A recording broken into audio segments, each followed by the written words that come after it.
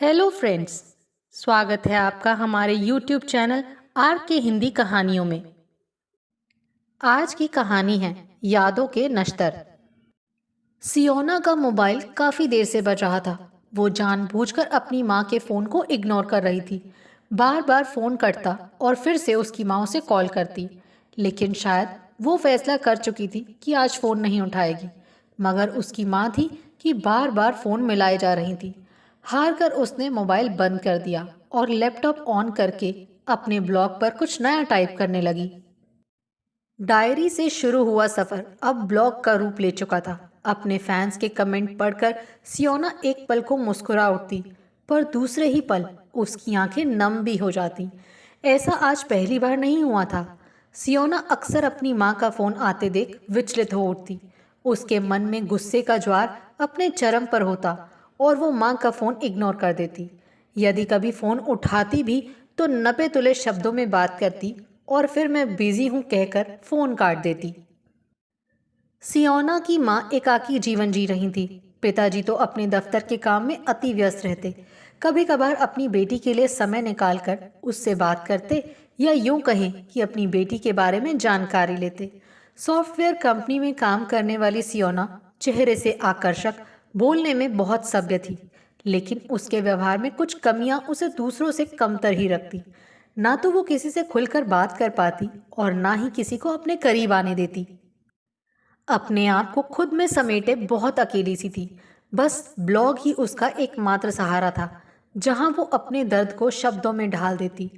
आज सुबह जब सियोना उठी तो व्हाट्सएप पर माँ का मैसेज था कि सियोना, तुम्हें कितने फ़ोन किए, उठाती क्यों नहीं? फिर फ़ोन बंद आने लगा। क्या बात है बेटी? संदेश पढ़कर उसके होठों पर कुटिल मुस्कान तैर गई। फिर धीरे से बुदबुदाई कि अब तुम्हें मेरी याद सताने लगी माँ, जब मैंने खुद को अपने अंदर समेट लिया है। तभी उसके पिताजी का फोन आया। बोली, जी पापा, कहिए कैसे हैं? मैं तो ठीक हूँ बेटी, पर तुम्हारी माँ बहुत परेशान हो रही है। तुमसे बात करना चाहती है। कहती है कि तुम फ़ोन नहीं उठा रही, सो मैंने अपने फ़ोन से तुम्हारा नंबर डायल करके देखा। लो, अपनी माँ से बात कर लो। अब मजबूरन सियोना को माँ से बात करनी पड़ी। हाँ बोलो माँ, क्या बात है? कहो, किस लिए फ़ोन कर रही थी? किस लिए? क्या मैं अपनी बेटी को बिना कारण फ़ोन नहीं कर सकती? सियोना को अपनी माँ द्वारा उस पर हक जताने पर उलझन सी महसूस होने लगी। मन का कसैलापन उसके चेहरे पर साफ दिखने लगा था। उसके नथुने फूल गए थे और आंखों से अंगारे बरस रहे थे। कुछ सोचकर बोली, क्या बात है? आज कहीं बाहर जाने को नहीं मिला क्या? वो तुम्हारा सत्संग ग्रुप क्या बंद है आजकल? हाँ, वो तो धीरे धीरे छूट ही गया। घुटनों में दर्द जो हो रहा है, अब कहाँ बाहर आना जाना होता है।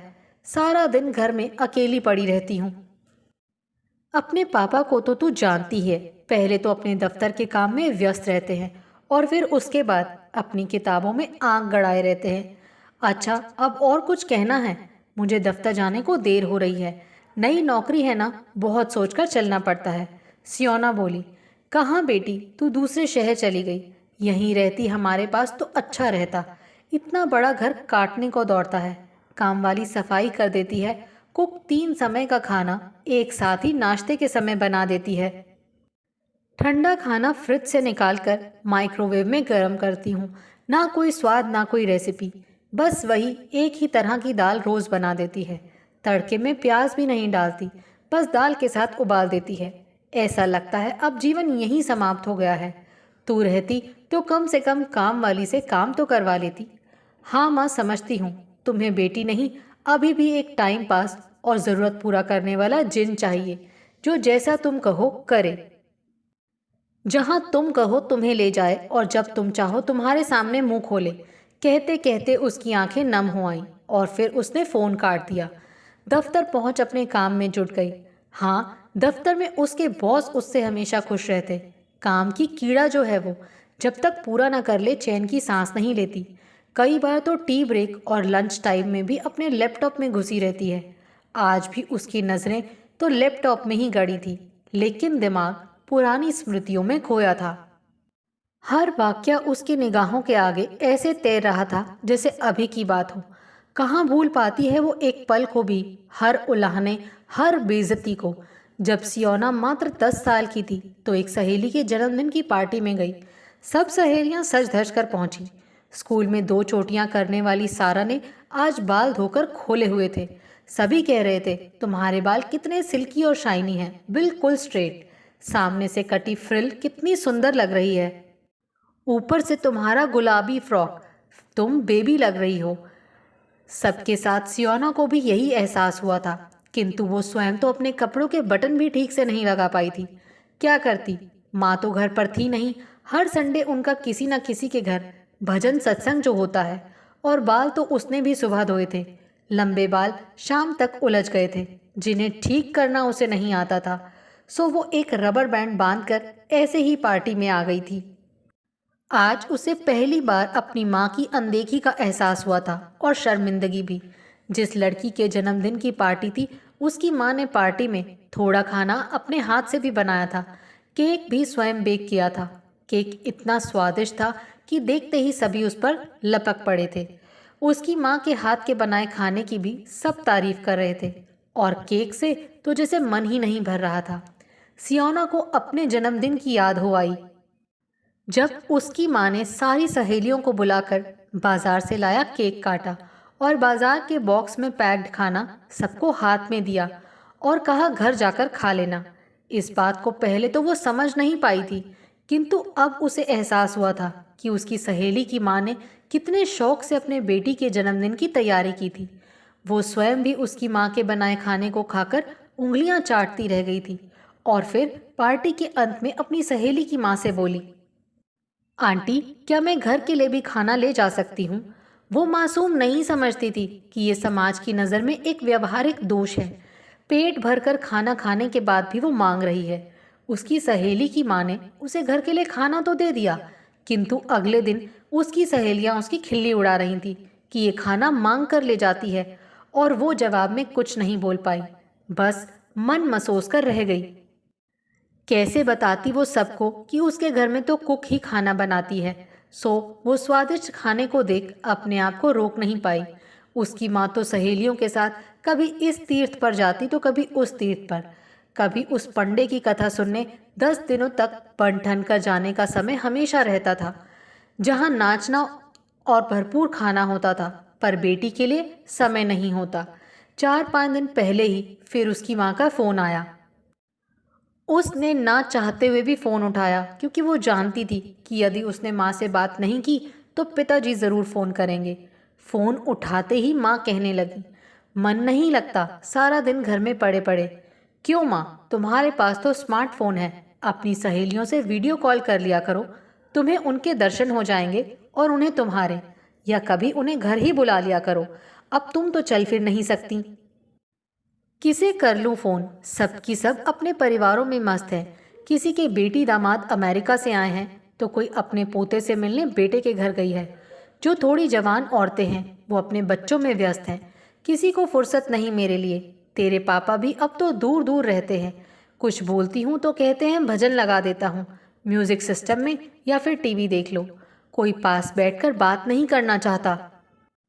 अच्छा माँ, मैं फ़ोन रखती हूँ, हमारे बॉस का तबादला दूसरे शहर में हो रहा है, सभी को मिलकर उनकी फेयरवेल पार्टी की तैयारी करनी है। कहकर उसने फ़ोन काट दिया और अपने बॉस के लिए गिफ्ट लेने बाजार निकल गई। रिक्शे में बैठे बैठे भी उसे फिर अपने अतीत का एक नश्तर चुभ गया। जब वो 12 साल की थी, उसकी एक सहेली के पिताजी का तबादला हुआ था और वो सपरिवार पुणे जा रही थी। सभी सहेलियों को मिलकर उसके लिए स्नैक्स लाने थे। उस सहेली को जो गिफ्ट देना चाहे वो गिफ्ट भी ले जा सकती थी। शाम 5 बजे का समय तय कर लिया। सभी लॉन में पहुंचने वाले थे कि अचानक मौसम बदला और बारिश आ गई। एक सहेली की माँ ने सलाह दी कि उसके घर में पार्टी कर लो, वरना तुम्हारा सारा मज़ा किरकिरा हो जाएगा। सारी सहेलियां उसके घर पहुंच अपना अपना स्नैक्स एक दूसरे को दिखा रही थी। जब सियोना की सहेली ने उससे पूछा कि तुम क्या लाई हो, तो उसका जवाब था, मेरे घर में कुछ था ही नहीं तो मैं क्या लाती। तभी दूसरी सहेली आई और बोली, मैं बाहर सुपरमार्केट से कुछ स्नैक्स लेकर आती हूँ। सियोना, तुम भी सुपरमार्केट से ले आओ स्नैक्स। सियोना ने माँ से फ़ोन पर बात की तो माँ ने कहा, बिस्कुट रखे हैं घर में, ले जाओ। माँ, जब घर में कुछ था तो मुझे खाली हाथ क्यों भेजा दिया तुमने? क्यों किसी ना किसी तरह मुझे दूसरों के सामने नीचा दिखाती हो माँ? और गिफ्ट तो कुछ लेकर गई ही नहीं थी वो अपनी सहेली के लिए। जब फेयरवेल पार्टी कर सबने उसे गिफ्ट दिया तो वो खाली हाथ थी, बस सबको गिफ्ट देते देखती रही। सियोना की समझ में नहीं आता कि आखिर ऐसा क्यों करती थी माँ।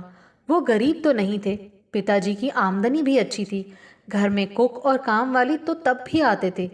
माँ स्वयं सोशल सर्कल मेंटेन करती थी, लेकिन उसके बारे में कभी क्यों नहीं सोचा। ना जाने उसके रहन सहन और मूर्खता भरे व्यवहार के चलते लोग उसके बारे में क्या बातें बनाते होंगे। कभी कभी तो ऐसा लगता जैसे सारी सहेलियां उसे इग्नोर करने लगी हैं। सब एक साथ खेलती, पर कई बार उसे बताया भी नहीं जाता कि सब किसके घर खेलेंगी। वो सबको इंटरकॉम करती, तब कहीं जाकर उसे कुछ मालूम होता। अगली सुबह 6 बजे ही माँ का फोन आया। सियोना ने नींद से जागकर देखा और फिर से चादर ओढ़कर सो गई। फिर जब वो जागी तो देखा माँ का मैसेज था कि बेटी, मैं तुमसे मिलने आ रही हूँ। तुम्हारे पिताजी को बोला है कि मुझे सियोना के पास छोड़ाओ। कुछ दिन तुम्हारे साथ रहूंगी तो जी बहल जाएगा। अब तो सियोना का गुस्सा 7वें आसमान पर था कि माँ, तुम मेरा पीछा क्यों नहीं छोड़ती। वो बड़बड़ाते हुए नहा धोकर दफ्तर पहुंची, लैपटॉप ऑन किया और काम में लग गई। किंतु आज कहाँ काम में मन लगने वाला था। दिमाग में तो जैसे कोई हथौड़े मार रहा था। उसका सिर चकराने लगा था। उसने बैग से सर दर्द की दवा निकाली और पानी के साथ गटक ली। अब माँ को आने को तो मना नहीं कर सकती। कुछ दिन बाद माँ उसके घर आ पहुंची थी। माँ के आते ही उसका रूटीन बिगड़ गया। सियोना उन्हें समय पर नाश्ता खाना दे देती, किंतु बात कम ही करती। उसकी माँ उसके आगे पीछे घूमती तो वो कह देती, माँ क्यों हर वक्त मुझे डिस्टर्ब करती हो, लेट कर आराम करो वरना तुम्हारे घुटने का दर्द बढ़ जाएगा। जैसे ही वो दफ्तर से आती उसकी माँ चाय की रट लगा देती। जब तक वो हाथ मुंह धोकर आती तब तक तो उसकी माँ का स्वर तेज हो चुका होता। अरे पूरा दिन अकेली पड़ी रहती हूँ बेटी, अब तो तू चाय बनाकर मेरे पास आ जा 2 घड़ी के लिए। माँ तुम भी ना, बस क्या कहूँ, तुम्हें तो 24 घंटे एक नौकरानी चाहिए, मुझसे कोई लेना देना नहीं तुम्हें। कैसी बातें करती है तू, भला माँ को चाय बनाकर देने से कोई नौकरानी हो जाती है। तुम्हें पाल पोस कर बड़ा किया है मैंने, तो क्या इतना भी हक नहीं कि तुमसे चाय बनवा लूं? तो मुझे हिसाब चुकता करना है तुम्हारा। तुमने मुझे पैदा किया लेकिन सही परवरिश नहीं दी माँ। अरे कैसी बातें करती हो, सारा दिन अकेले पड़े पड़े मेरी पीठ थक जाती है। जरा कुछ बोलती हूँ तो तू काटने को दौड़ती है। तो माँ बाहर खुली जगह में थोड़ा टहल आया करो। अगले दिन जब सियोना दफ्तर से आई तो टेबल पर चाय के कप लुढ़के पड़े थे। रसोई में स्लैब पर चाय पत्ती व चीनी बिखरी थी और चींटियां घूम रही थी। बिस्कुट का डिब्बा भी खुला पड़ा था। सियोना रसोई से ही चीखी, माँ आज घर में कोई आया था क्या मेरे पीछे से? चीखती क्यों है? यहीं बाहर एक सहेली बनी थी कल, मैंने उसे आज घर बुला लिया। सारा दिन तो घर पड़े पड़े बोर होती हूँ, तुझे तो मेरे लिए फुर्सत नहीं। किसी से थोड़ा बोल चाल लूँ तो मन हल्का हो जाता है। माँ अपना बोलना चालना बाहर तक ही सीमित रखो। रसोई का कितना बुरा हाल किया है, घर में मिट्टी मिट्टी हो रही है। सहेली से बोल देती कि चप्पल बाहर ही खोले। ओफ, तुम्हारे घर क्या आई, तू तो बड़ा एहसान दिखा रही है मुझ पर, जैसे मैं तो तेरी कुछ लगती ही नहीं। क्या तुम्हारी पहचान के लोग नहीं आते घर पर? नहीं आते माँ, मुझे आदत नहीं किसी को घर बुलाने की। तुमने क्या कभी मुझे अपनी सहेलियों को घर बुलाने दिया था? तुम हमेशा कह देती थी कि घर गंदा हो जाता है जब तुम्हारी सहेलियां आती हैं, सारा सामान इधर उधर कर देती हैं। बारिशों और गर्मियों के दिनों में मैं अकेली घर पर पड़ी रहती थी। तुम तो सत्संग और मंदिरों के फेरे लगाने में व्यस्त रही और मैं सदा घर पर अकेली। बाहर तुम नहीं निकलने देती और यदि किसी को बुलाना चाहती तो तुम सदा ही टोक दिया करती।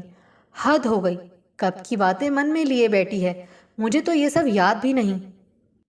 पर मैं भूलने वाली नहीं माँ, तुम्हारा दिया हर दंश अच्छी तरह याद है मुझे। ना भरने वाले नासूर दिए हैं तुमने मुझे। तभी पिताजी का फोन आया तो बोली, पापा माँ का वापसी का टिकट बुक करा दीजिए, माँ यहाँ बोर हो रही हैं, मुझे तो समय नहीं मिलता। हाँ बेटी, मैं स्वयं ही आकर ले जाता हूँ। मैं तो पहले ही जानता था कि वो तुमसे ज़्यादा दिन निभा नहीं पाएगी। जाते जाते माँ ने भरे मन से सियोना से कह दिया, अब मैं तभी आऊंगी जब तू बुलाएगी। अलविदा माँ, मैं तुम्हें कभी नहीं बुलाऊंगी। तुमसे पीछा छुड़ाने के लिए ही मैंने नौकरी के लिए दूसरा शहर चुना, पर तुम तो यहाँ भी मुझे चैन से नहीं रहने देती। उसके नथुने फूले हुए थे और मन ही मन सोच रही थी कि हो सका तो किसी दूसरे देश में नौकरी ढूंढूंगी माँ, ताकि तुमसे छुटकारा मिल सके। तुम्हारे दिए घाव ना जाने क्यों भरते ही नहीं माँ। काश तुम मुझे जन्म ही ना देती। और फिर वो भरे मन से दफ्तर रवाना हो गई। आज लैपटॉप खोलते ही सबसे पहले उसने माँ को फेसबुक पर ब्लॉक किया। उसके बाद फ़ोन उठाया और व्हाट्सएप पर भी ब्लॉक कर दिया। एक गहरी सांस लेकर अपने काम में जुट गई। आपको हमारी ये कहानी कैसी लगी, प्लीज़ कमेंट करके ज़रूर बताइए। अगर आप इस चैनल पर नए हैं तो इसे सब्सक्राइब करें और शेयर करें। Thank you.